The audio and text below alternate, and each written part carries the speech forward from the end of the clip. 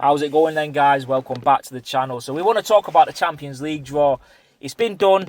It was done a couple of hours ago. And look, we know what route we will be facing in order to get to the Champions League final. So obviously we're in the last 16. People are saying it's a favourable draw and we're on the blue side of the draw, which means it's not the group of death or whatever you want to call it. But what I say is, in recent seasons, for as long as I can remember, we've always been involved in those group of deaths. And we've always had the toughest of teams in the last 16 quarterfinals anytime we've got to the semis. But semis, you can expect and understand that. So anyone who's saying, oh, Arsenal this, Arsenal that, you've got an easy group. Listen, before you start to judge and decide and give your opinion and views on whether we've got a difficult phase or not route to the final, let's not forget the reason why we're facing Bayer Leverkusen in the last 16 and a possible tie against Bodo Glimt and Sporting Lisbon in the quarters if we get through. Let's not forget we finished first in the Champions League group phase. So out of the 36 best teams in Europe, we finished top spot, unbeaten, won 8 out of 8, maximum points, 24 out of 24 points available. That's the benefit of finishing top spot. Now look, we deserve it. So yes, it may be favourable, but we deserve it. And I tell you what, well done to the squad and Arteta for fighting, even in those last games where we said it's a dead rubber game against Inter Milan.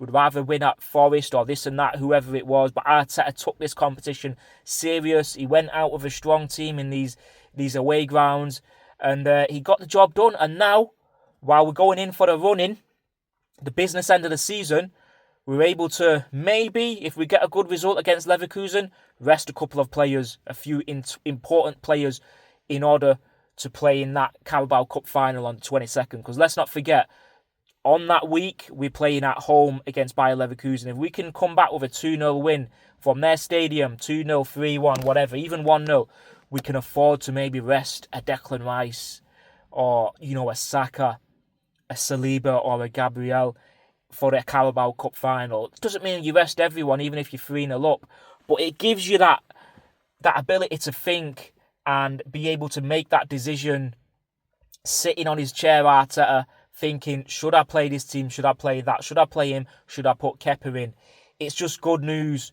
Now, the fact that we've got Bayer Leverkusen and not Atalanta means that we're not going to face a possible quarter-final against Real Madrid or Man City if we was to win that. And then a semi-final, the Liverpool, Chelsea, PSG, or who was the other team?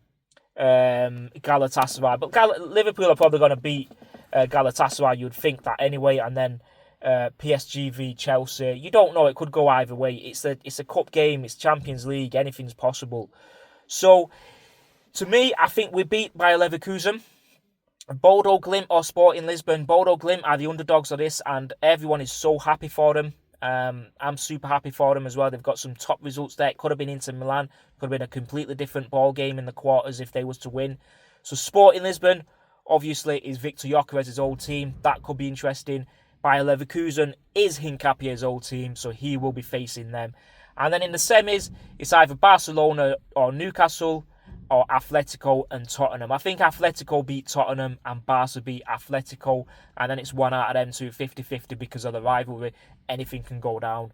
I don't mind who we play or who we face in that semis. All I do know is it should be Arsenal getting into at least the semis, if not the final at least. And if we're in the final, you've got a 50% chance of winning it.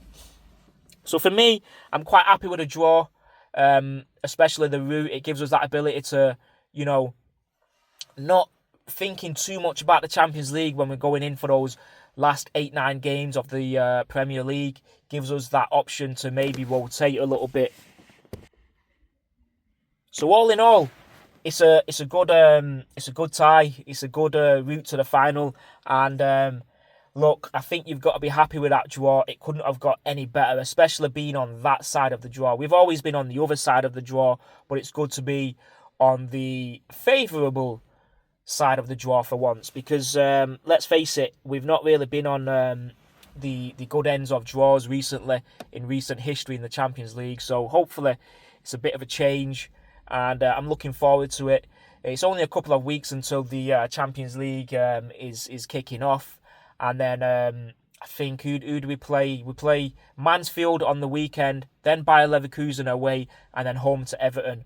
So if you ask me, that's a good few games there that we've got where we can keep our heads up, come out with our chest out, and go out for the wins. So for me, I think we should be getting to at least 100% to the semis and a 90% chance to get to the final and a 50% chance to win the final, because that's what it is in it. It's 50-50. There's two teams competing for it. So it is what it is. The draw's been done. Don't listen to the media about saying, oh, Arsenal have got an easy tie, this and that, an easy route. We belong there. We deserve to be there. What we've done in the last 4 or 5 months is the reason why we're in that position.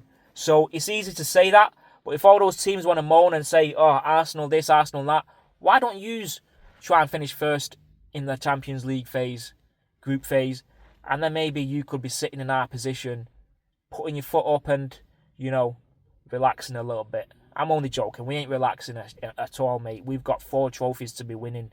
So it is what it is. I'll catch you on the next one.